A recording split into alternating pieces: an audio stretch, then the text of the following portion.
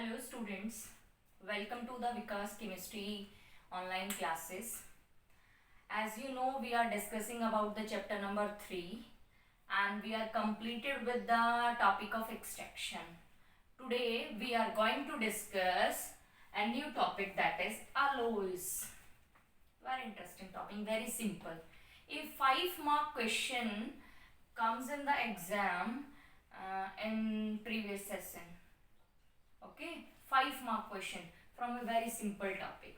So directly we come to the topic alloys. What is alloys? Alloy क्या है? What is an alloy? Alloy is an homogeneous mixture. Homogeneous mixture of two or more metals and even an non-metal.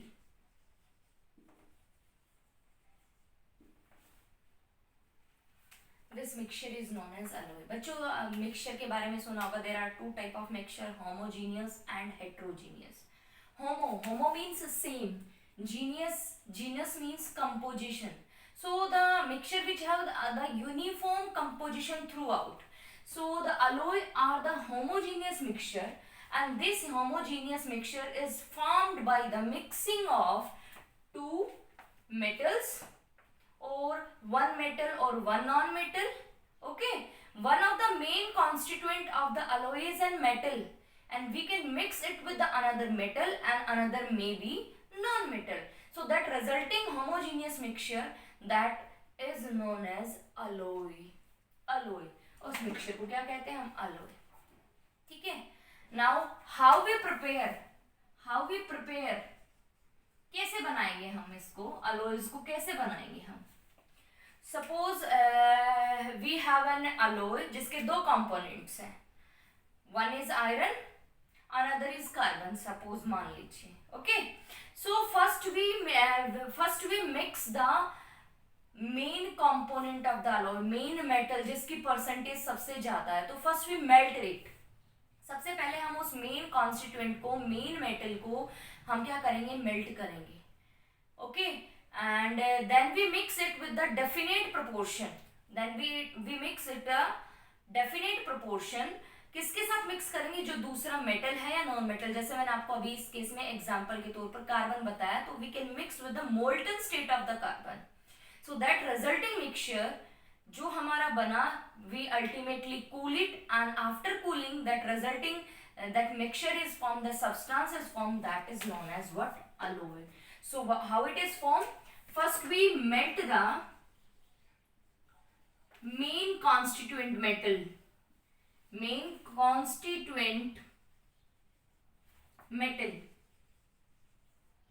okay. Then we mix it in the definite proportion. बच्चों definite proportion में mix करेंगे तभी तो हमारा homogeneous mixture बनेगा. If you mix it in the any proportion, that the resulting solution is not homogeneous, that is heterogeneous. Definite composition में एक fixed proportion में हम उसको mix करेंगे. In the definite proportion किसके साथ? With other metal or non-metal.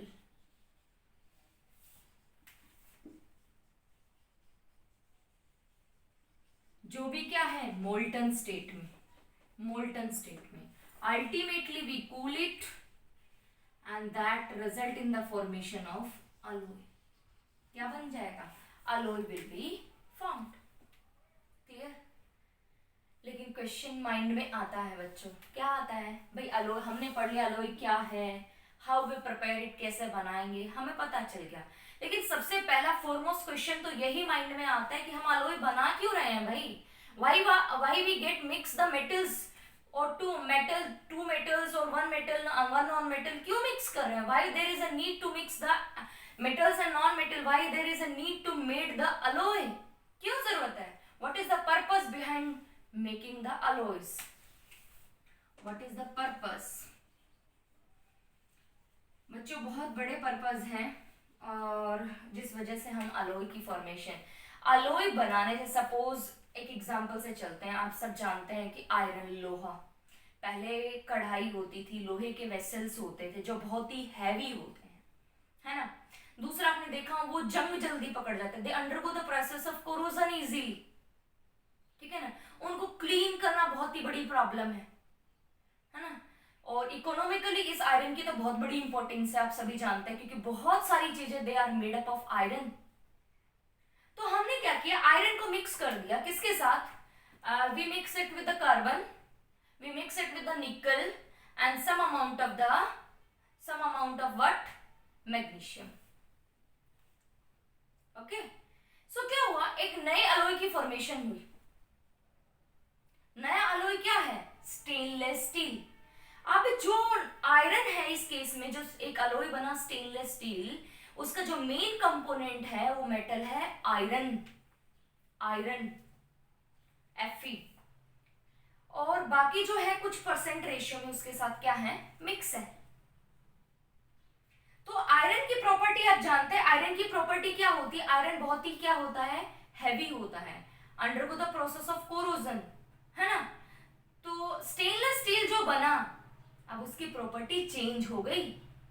क्या change हो गई, अब जो मेरा stainless steel generally use to make the utensils, आप घर में बर्तन यूज करते हैं, सब जानते हैं कि कितने लाइट वेट है। डेली हम उनको पानी से वॉश करते हैं, दे does not undergo the process of corrosion, they are light weighted, they can be easily washable, है ना। तो उसकी प्रॉपर्टी चेंज होगी। तो इस तरह हमें मेटल्स की प्रॉपर्टी को इंप्रूव करने के लिए, उनकी प्रॉपर्टी को बेटर करने के लिए, there is a need to make the alloy. हमें दूसरे मेटल के साथ उनको मिक्स करना पड़ा, अलॉय बनाना पड़ा, ताकि उनकी प्रॉपर्टी है मेटल्स की कुछ इंप्रूव हो जाए, and that gives the better results.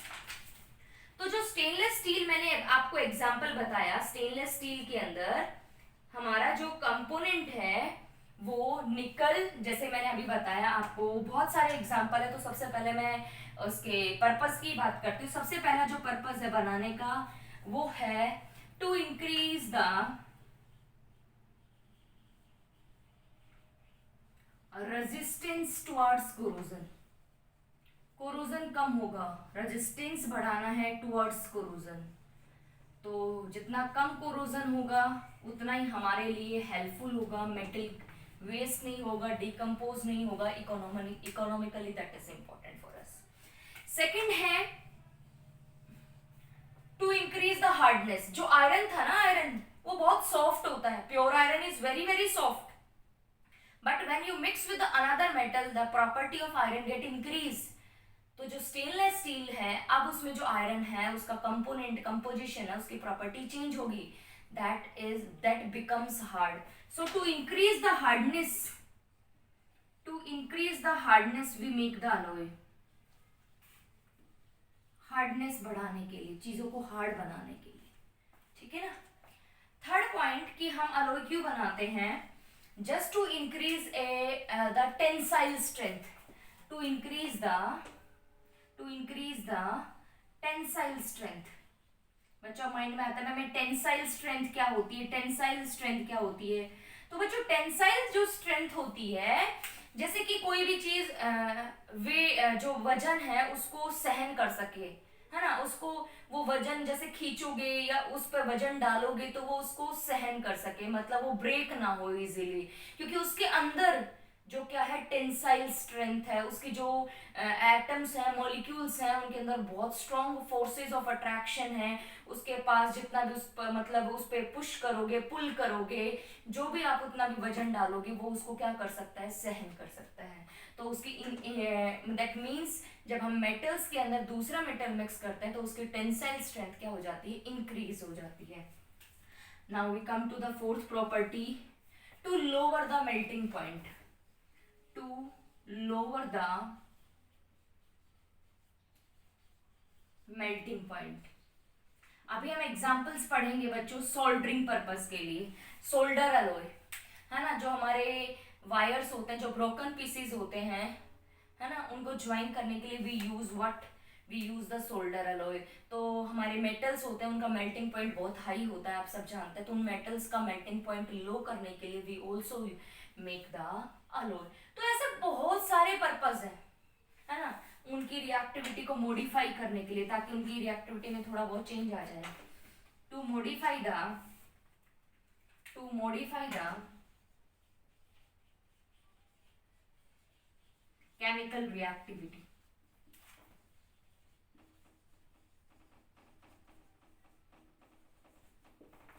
तो ऐसे बहुत सारे पर्पस है, मैंने बस कुछ लिखे हैं कि कोरोजन के अगेंस्ट वो ज़्यादा रेजिस्टेंस हो जाए, उसकी हार्डनेस बढ़ जाए, उसकी टेंसाइल स्ट्रेंथ बढ़ जाए, उसका मेल्टिंग पॉइंट थोड़ा कम हो जाए और उसकी रिएक्टिविटी मॉडिफाई हो जाए। तो these are the some of the purpose behind making the alloys.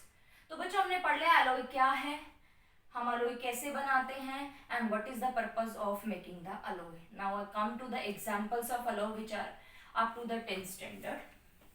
बहुत सारे अलॉयज हैं बच्चों, बहुत सारे, बट मैं आपके साथ 3 से 4 अलॉय जो आपके 10th एनसीईआरटी में है उस लेवल का ही आपके साथ डिस्कस करूंगी, ठीक है। तो उससे पहले मैं एग्जांपल्स में ही सबसे पहले एक अलॉय आता है जिसका नाम है amalgam. Amalgam is also one of the alloy जिसमें वन ऑफ द कंपोनेंट क्या होता है, mercury is the main component. Mercury तो होगा ही, मतलब मेन जो कंस्टिट्यूएंट है, मेन जो मेटल है, that is what, mercury. So they are the alloys in which mercury Hg is one of the component या one of the constituent, one of the component।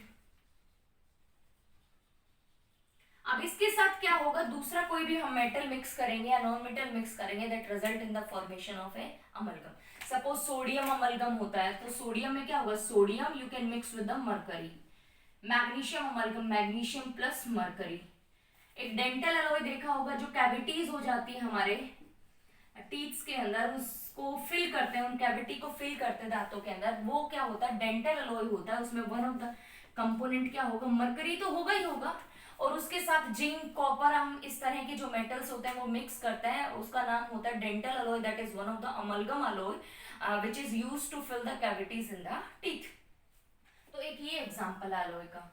दूसरे example पे चलूं तो मैं, आपने सुना होगा, इवन 6th 7th में भी पढ़ा होगा, ब्रास, है ना, ब्रोंज, सोल्डर, ये नाम सुने होंगे, ब्रास, ब्रोंज, सोल्डर, और भी बहुत सारे नाम सुने होंगे, स्टेनलेस स्टील जैसे मैंने अभी अभी बताया, है ना। तो ब्रास में भी ये कॉपर का अलॉय है, कॉपर के साथ इसमें क्या होता है, जिंक। ब्रोंज में क्या होता है, कॉपर का अलॉय है, और इसमें क्या होता है, tin. Solder is alloy of lead, इसमें क्या होता है, लेड के साथ टिन। सो ब्रास और ब्रोंज तो क्या है, कॉपर के अलॉय है। कॉपर के अलॉय क्यों बोली, क्योंकि दैट मीन्स इनमें कॉपर जो है वो मेन कॉन्स्टिट्यूएंट है। 90% लगभग 90 और 80% इनके अंदर जो रेशियो होता है, कंपोजिशन होती है, that is of copper, and we mix it with 10 और 20% ऑफ जिंक और tin with the copper, that result in the formation of an alloy brass और ब्रोंज। आपने ब्रास के वायर्स देखे होंगे ना, ब्रास के। ब्रोंज यूटेंसियल से बनते हैं, ब्रास ब्रोंज से, है ना। आपकी बहुत सारे यूटेंसियल्स हैं, मशीनरी पार्ट्स हैं, स्टैच्यूज हैं, क्वाइंस हैं, ये सब इनको बनाने में यूज करते हैं हम इन अलॉयज को।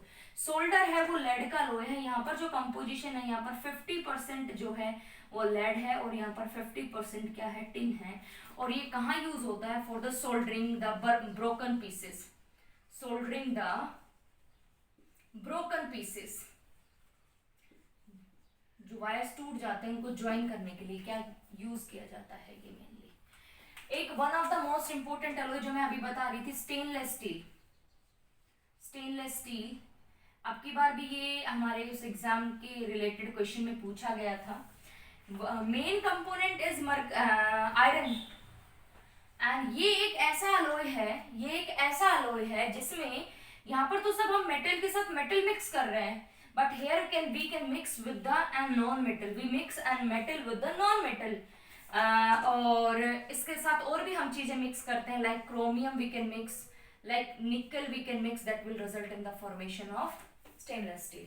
और सिर्फ यदि हम कार्बन कार्बन मिक्स करें that will result in the formation of what, steel only. Iron और कार्बन से क्या बनता है, steel only. So one of the alloy that is made up of metal with the non-metal only, that is carbon. That alloy is known as steel and we mix it with the carbon. और stainless steel में क्या होता है, we can mix with the iron with the carbon, chromium and nickel. Clear? तो steel and stainless steel both are different.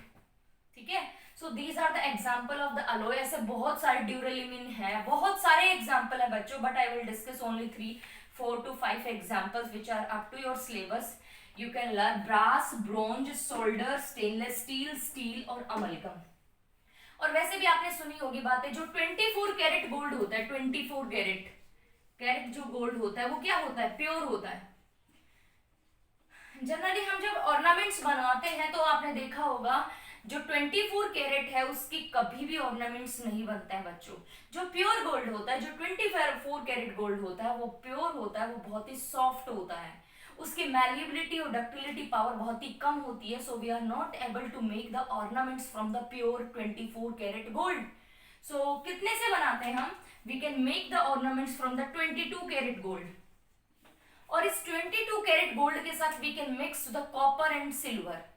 ताकि हम ये क्यों मिला रहे हैं, हम why we are mixing with the 22 carat, to improve the property of their hardness, to improve the property of their malleability, ductility, ताकि we can easily make the ornaments from the gold also.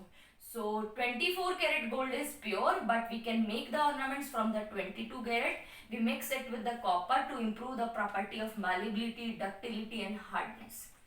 Last आपने दिल्ली में iron pillar के बारे में सुना होगा, जो लोहे से आयरन से बना है, लेकिन इतने लंबे टाइम से उस पर जंग नहीं लगा, कोरोजन नहीं होता है।